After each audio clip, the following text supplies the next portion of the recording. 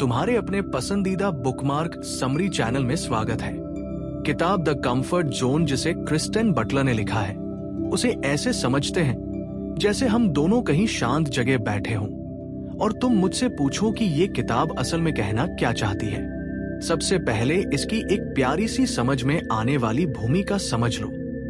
इस किताब का पूरा मकसद यही है कि तुम अपने कंफर्ट जोन को दुश्मन की तरह मत देखो, जैसा दुनिया सालों से समझाती आई है, बल्कि इसे एक ऐसी जगह समझो जहां से तुम अपनी असली ताकत इकट्ठी करते हो।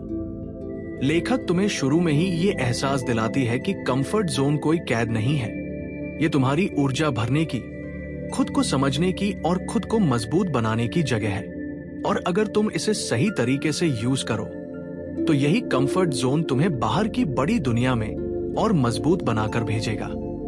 अब चल पहला चैप्टर शुरू करते हैं, एकदम सहज और बातचीत वाली टोन में, जैसे कोई दोस्त दिल की बात बता रहा हो।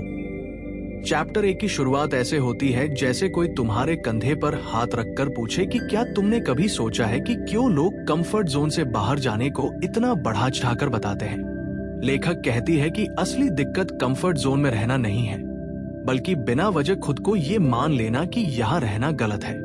तुम्हें बताया जाता है कि अगर तुम कंफर्ट जोन में हो तो तुम आलसी हो या डरपोक हो, लेकिन हकीकत में यहाँ रहना कई बार तुम्हारे दिमाग और दिल दोनों के लिए जरूरी होता है।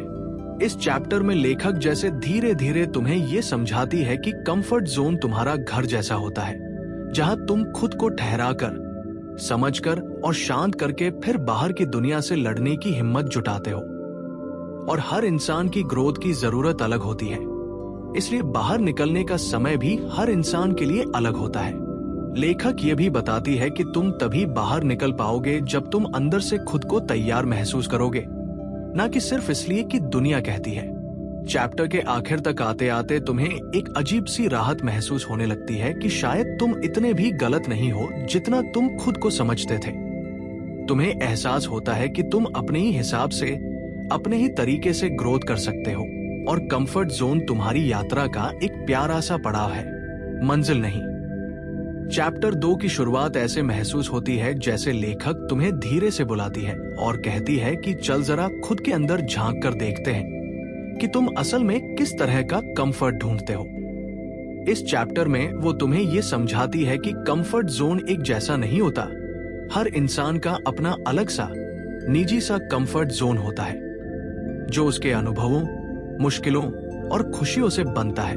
लेखक यहाँ तुम्हें जैसे ये बता रही हो कि तुम्हारा कंफर्ट जोन तुम्हें बचाता भी है और तुम्हें दिशा भी देता है। वो तुम्हें ये सोचने पर मजबूर करती है कि तुम उन चीजों में क्यों लौटते हो जो तुम्हें शांत लगती है, चाहे वो तुम्हारी एक जगह बैठकर कुछ सोचना हो, कोई शौक हो या सिर्फ अपने ही साथ रहना हो। वो समझाती है कि ये सब तुम्हारी जरूरतें हैं, कमजोरियां नहीं।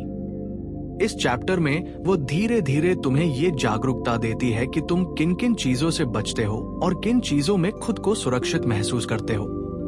और कारण अक्सर वही होते हैं जो तुमने अपने बचपन में, रिश्तों में, स्कूल में या पुराने अनुभवों में झेले होते हैं। तुम जैसे अंदर ही अंदर सोचने लगते हो कि हाँ, कई बार मैं इसलिए पीछे हटता हूं क्योंकि पहले कभी चोट लगी थी, और कई बार मैं इसलिए वही दोहराता हूं क्योंकि वो मुझे सुरक्षित महसूस कराता है। लेखक का टोन इस पूरे चैप्टर में एकदम सॉफ्ट रहता है, जैसे कोई अच्छी दोस्त समझा रही हो कि खुद को समझना किसी भी बदलाव का पहला कदम होता है। वो तुमसे ये उम्मीद नहीं करती कि तुम कल से ही बदल जाओ, वो तुम्हें बस इतना कहती है कि अपनी पसंद और डर दोनों को बिना जज किए पहचानो। अंत में वो तुम्हें इस एहसास पर छोड़ती है कि कंफर्ट जोन कोई बुरी जगह नहीं है, ये बस तुम्हारे मन का एक नक्शा है और इस नक्शे को समझना जरूरी है ताकि तुम जान सको कि आगे किस दिशा में चलना है। चैप्टर 3 की शुरुआत ऐसे होती है जैसे लेखक तुम्हें हल्के से झकझोर कर कहती हो कि देख, जो कंफर्ट जोन तुमने समझा है उसके पीछे तुम्हारी भावनाएं सबसे बड़ा रोल निभाती है। इस चैप्टर में वो तुम्हें अपने ही इमोशंस का एक छोटा सा सफर करवाती है, जिससे तुम ये समझ पाते हो कि तुम किस बात पर कैसे रिएक्ट करते हो और क्यों। लेखक तुम्हें ये बताती है कि तुम्हारी भावनाएं कोई दुश्मन नहीं है, बल्कि वो संकेतक है। वो तुम्हें अंदर का मौसम दिखाती है, जब तुम डरते हो तो वो बता रहा होता है कि कुछ अनजाना है। जब तुम पीछे हटते हो तो मन कह रहा होता है कि यहाँ पहले दर्द हुआ था। और जब तुम आराम ढूंढते हो तो मन तुम्हें बचाना चाहता है। इस चैप्टर में तुम ये महसूस करते हो कि कई बार हम अपनी भावनाओं को ही गलत समझ लेते हैं। हमें लगता है कि डर मतलब कमजोरी और आराम मतलब आलस, जबकि लेखक तुम्हें समझाती है कि डर बस चेतावनी है और आराम सिर्फ जरूरत। वो तुम्हें जैसे ये एहसास दिलाती है कि अपनी भावनाओं को दबाकर कोई आगे नहीं बढ़ता, बल्कि उन्हें समझकर ही मन हल्का होता है और रास्ता साफ दिखने लगता है। फिर वो तुम्हें एक और गहरी बात सिखाती है कि अक्सर हमारी भावनाएं दूसरों के शब्दों या समाज की अपेक्षाओं से भी बनती हैं। कभी स्कूल में हुई एक छोटी सी बात, कभी किसी की कही एक लाइन, कभी किसी रिश्ते का अनुभव, ये सब मिलकर तुम्हें आज का तुम बनाते हैं। और तुम वही दोहराते हो जो तुम्हारे भीतर भावनाओं ने सुरक्षित घोषित कर रखा है। लेखक इस चैप्टर में तुम पर कोई जोर नहीं डालती। वो सिर्फ इतना कहती है कि अपनी भावनाओं को पकड़ कर देखो, उन्हें भागने मत दो। जब तुम अपने डर, गुस्से, दुख या असुरक्षा को नाम दे दोगे तो वो तुम्हें कंट्रोल नहीं करेगा। अंत में वो तुम्हें इस नतीजे पर छोड़ती है कि जब तुम अपनी ही भावनाओं को समझने लगो तो कंफर्ट जोन का असली नक्शा अपने आप साफ दिखने लगता है। और यही समझ आगे चलकर तुम्हें हल्का भी बनाती है और मजबूत भी। अब चौथा चैप्टर शुरू करते हैं। शुरुआत ऐसे होती है जैसे लेखक तुम्हें हल्की मुस्कान के साथ कह रही हो कि चल अब जरा अपने कंफर्ट जोन को बाहर से नहीं अंदर से समझते हैं। इस चैप्टर में फोकस इस बात पर है कि तुम्हारा कंफर्ट जोन वास्तव में किन चीजों से बना होता है और तुम उसके अंदर रहते क्यों हो। लेखक तुम्हें बड़े प्यार से ये बताती है कि हर इंसान का कंफर्ट जोन एक तरह का सुरक्षित कमरा होता है। तुम्हारा मन इसे इसलिए बनाता है ताकि तुम दर्द, असफलता, टेंशन और अनिश्चितता से बच सको। ये कमरा तुम्हारे पुराने तजुर्बों, तुम्हारी सोच और तुम्हारे विश्वासों से बनता है। और मजे की बात यह है कि ज्यादातर लोगों को ये पता ही नहीं होता कि उनका ये कमरा किस किस चीज से तैयार हुआ है। वो तुम्हें ये समझाती है कि जब भी तुम कोई बड़ा कदम लेने वाले होते हो तो तुम्हारा मन तुम्हें वापस खींचता है, क्योंकि उसे लगता है कि बाहर खतरा है। चाहे वह नया काम हो, नया रिश्ता हो, नई आदत हो या कोई बड़ा फैसला, मन हमेशा पुरानी जगह को ही सुरक्षित मानता है। लेखक यह भी बताती है कि कंफर्ट जोन बुरा नहीं है। असल में तो ये बहुत जरूरी है, क्योंकि ये तुम्हें रेस्ट करने देता है, ठीक होने देता है और तुम्हारी ऊर्जा वापस बनाता है। लेकिन दिक्कत तब होती है जब तुम हमेशा उसी कमरे में बंद रह जाते हो और बाहर की हवा को आजमा ही नहीं पाते।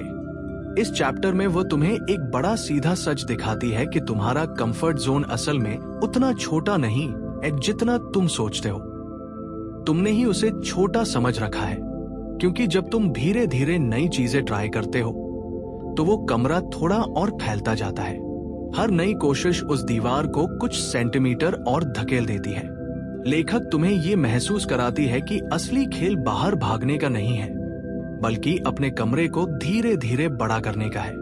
क्योंकि अगर तुम खुद को थोड़ा थोड़ा पुश करते रहो तो एक दिन कंफर्ट जोन इतना बड़ा हो जाता है कि तुम उसमें कुछ भी कर सकते हो और मन को डर भी नहीं लगता।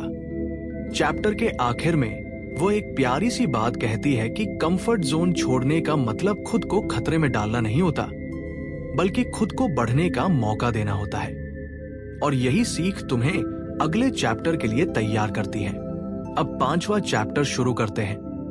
हमेशा की तरह बिल्कुल हल्की और आसान बातचीत वाली टोन में।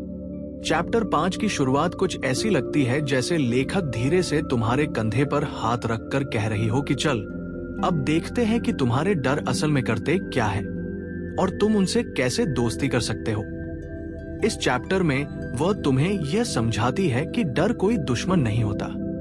डर तो बस तुम्हारे मन का अलार्म सिस्टम है जो तुम्हें कहता है कि ध्यान से चलो, यहाँ कुछ नया है। दिक्कत ये नहीं है कि डर होता है, असल दिक्कत ये है कि तुम डर को इतना बड़ा समझ लेते हो कि वह तुम्हें आगे बढ़ने ही नहीं देता। लेखक तुम्हें एक बहुत रिलेटेबल चीज बताती है कि डर ज्यादातर समय असलियत पर नहीं, तुम्हारी कल्पना पर चलता है। जैसे तुम सोच लेते हो कि लोग क्या कहेंगे, क्या होगा अगर फेल हो गए, क्या होगा अगर चीजें खराब हो गई। लेकिन सच ये है कि ज्यादातर डर सिर्फ तुम्हारे दिमाग के अंदर ही पैदा होते हैं और असल दुनिया में उनका वजन उतना भारी नहीं होता। वो तुम्हें यह भी दिखाती है कि जब भी तुम किसी नए कदम के बारे में सोचते हो, मन तुरंत वर्स्ट केस सिनारियो बनाना शुरू कर देता है, जबकि प्रैक्टिकली इनमें से बहुत कम चीजें सच होती हैं। इस चैप्टर का सबसे प्यारा हिस्सा तब आता है जब वो ये समझाती है कि डर को खत्म करने की कोशिश मत करो, क्योंकि डर कभी खत्म नहीं होता।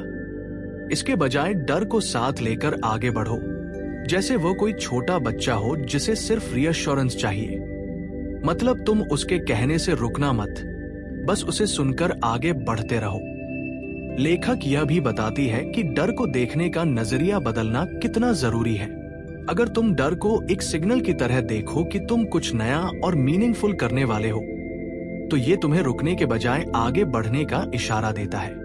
वो तुम्हें एक और बहुत समझदार बात बताती है कि हर बार जब तुम डर के बावजूद कोई कदम उठाते हो, तो तुम्हारे अंदर एक नया भरोसा पैदा होता है। तुम खुद को थोड़ा और स्ट्रॉन्ग महसूस करते हो, थोड़ा और कैपेबल और थोड़ा और खुले। धीरे धीरे तुम्हें एहसास होता है कि डर हमेशा बड़ा दिखता है, लेकिन असल में इतना ताकतवर नहीं होता। चैप्टर के अंत में लेखक तुम्हें यही एहसास दिलाती है कि डर से भागने की जरूरत नहीं है। डर को समझो, उसे महसूस करो और फिर उसके साथ चलो, क्योंकि डर के आगे अगर कुछ होता है तो वह है ग्रोथ, कॉन्फिडेंस और वो वर्जन ऑफ तुम जिसे तुम खुद भी देखने के लिए तरसते हो।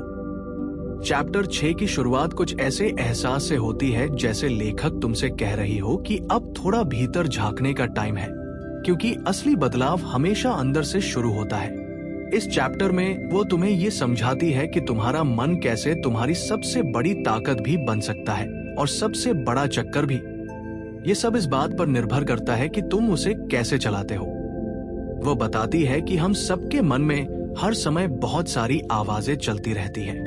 कुछ आवाजें तुम्हें पुश करती हैं कि हाँ, तुम कर सकते हो, आगे बढ़ो, और कुछ आवाजें तुम्हें डराती हैं, रोकती हैं और तुम्हें खुद पर शक करवाती हैं। समस्या ये नहीं है कि ये आवाजें आती क्यों हैं, असली खेल ये है कि तुम किस आवाज को ज्यादा महत्व देते हो।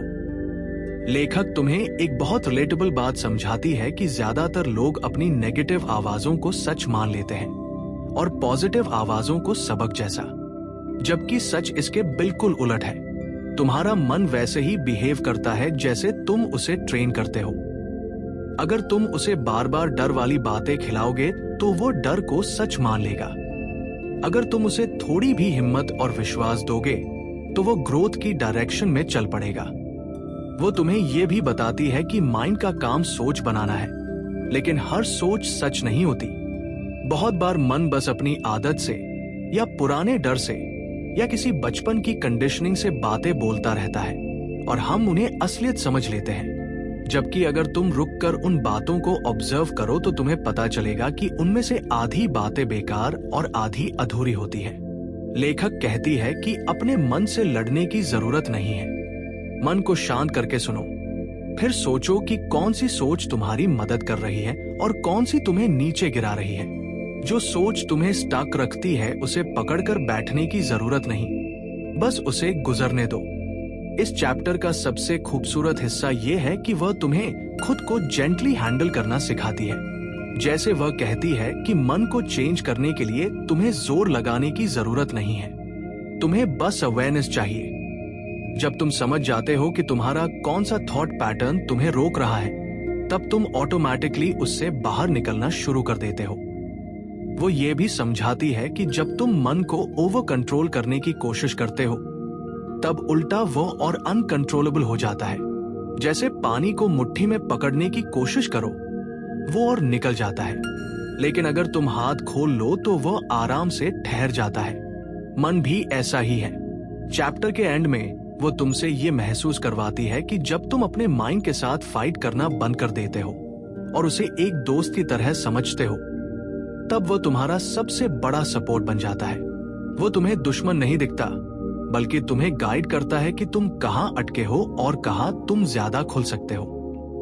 अब 7वां चैप्टर शुरू करते हैं और पहले जैसा ही हल्का बेहद आसान अंदाज रखते हैं, जहां सब कुछ बिल्कुल समझ आता है और कहीं भी भारी भाषा नहीं आती।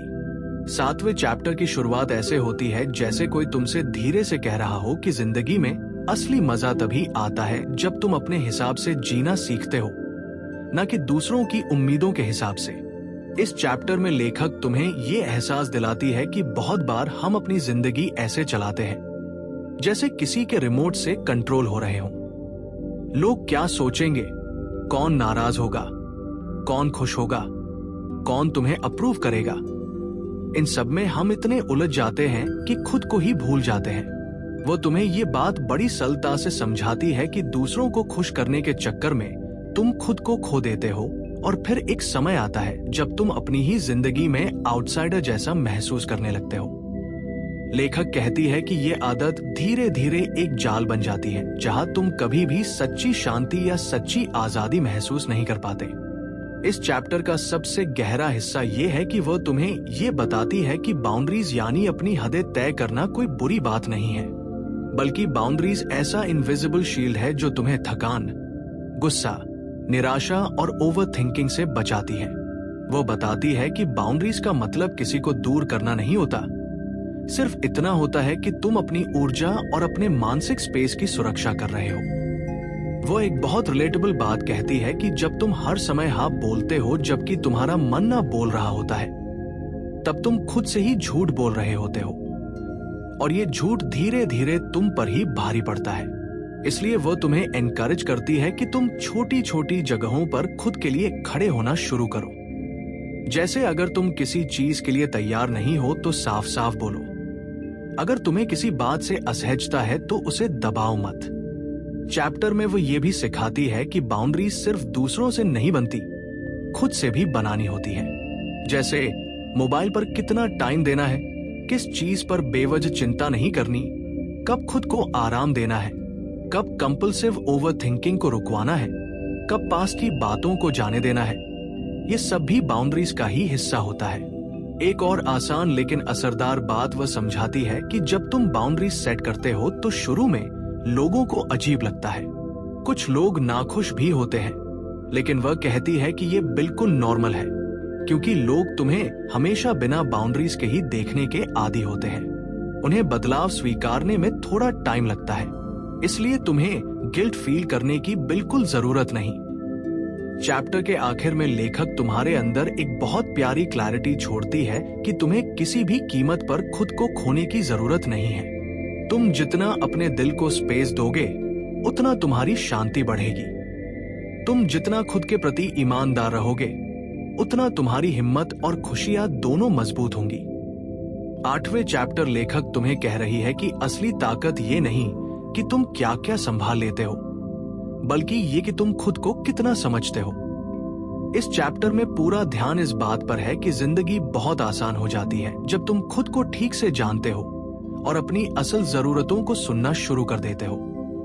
लेखक तुम्हें समझाती है कि हम में से ज्यादातर लोग अपनी जिंदगी बस ऑटो पायलट पर चलाते रहते हैं। सुबह उठना, भाग दौड़ करना, काम निपटाना, थोड़ा हंस लेना, थोड़ा थक जाना, फिर सो जाना। लेकिन इस पूरे रूटीन में एक चीज गायब रहती है, खुद से बात करना।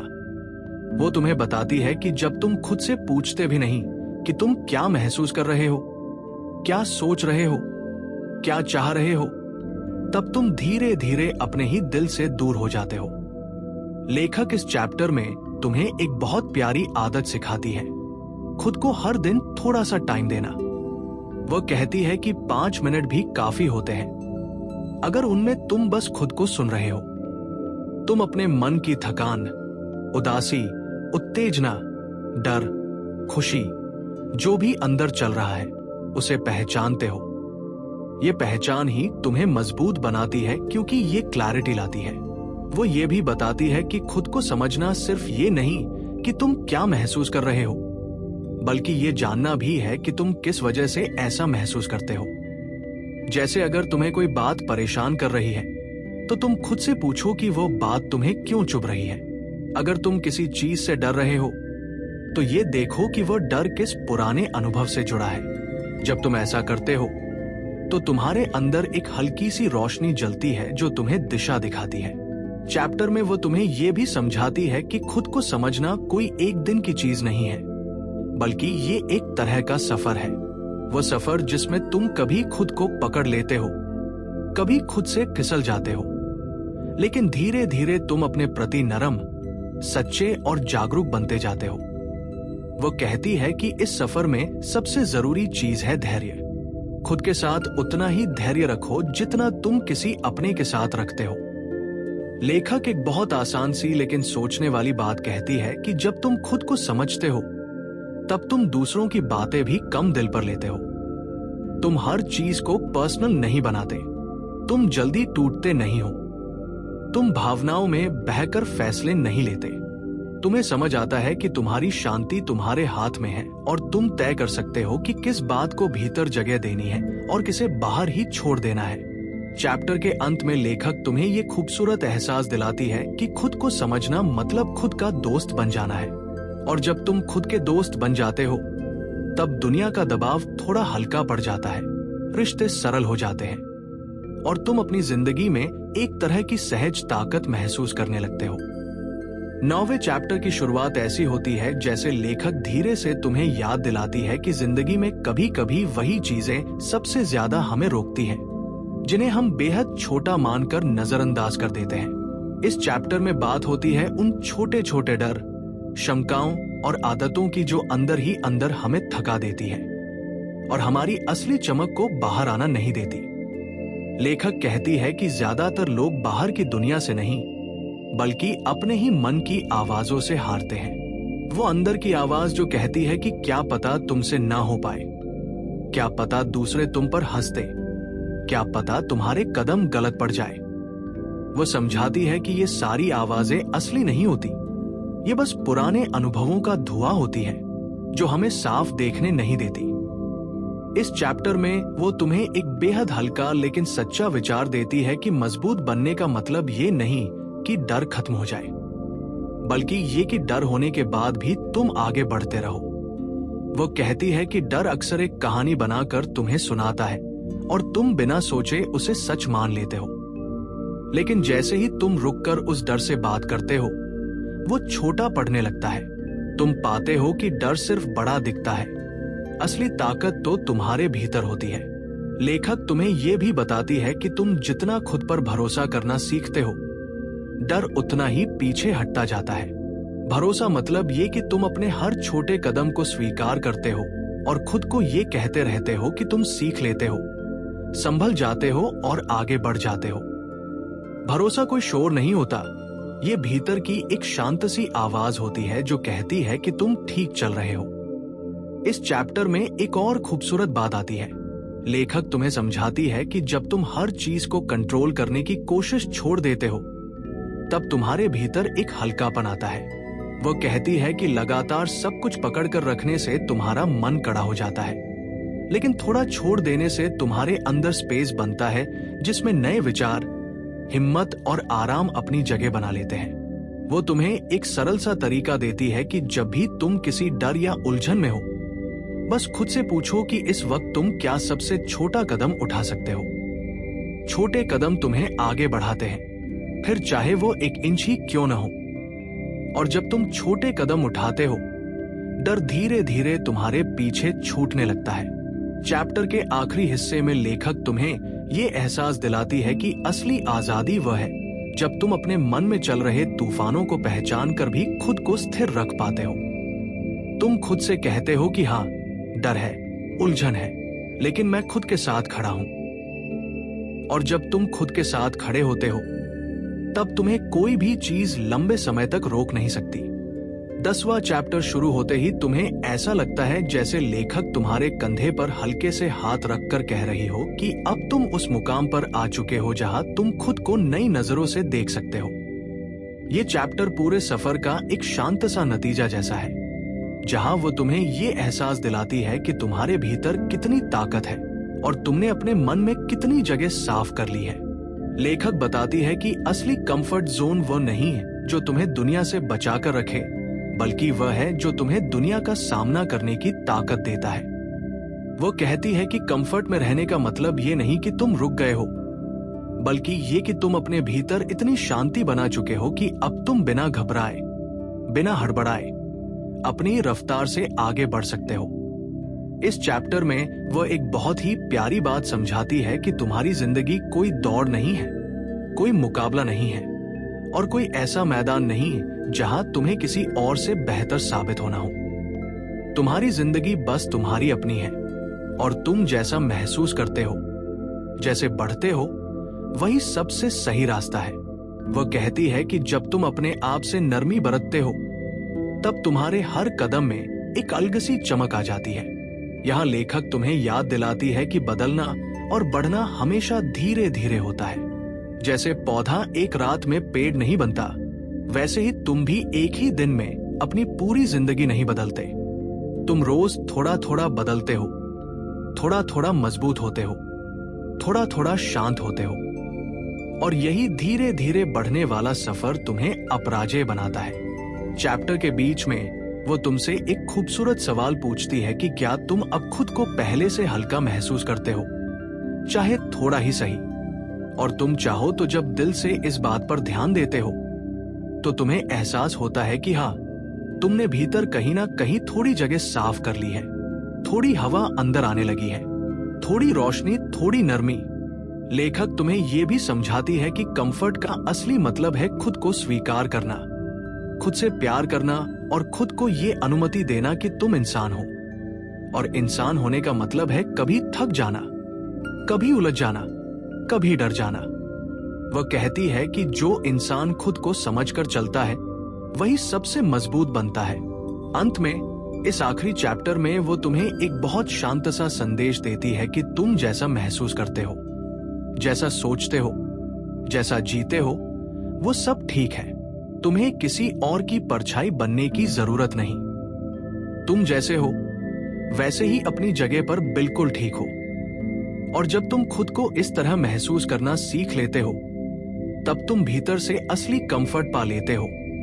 वो कंफर्ट जो तुम्हें आग की तरह नहीं बल्कि पानी की तरह मजबूत बनाता है।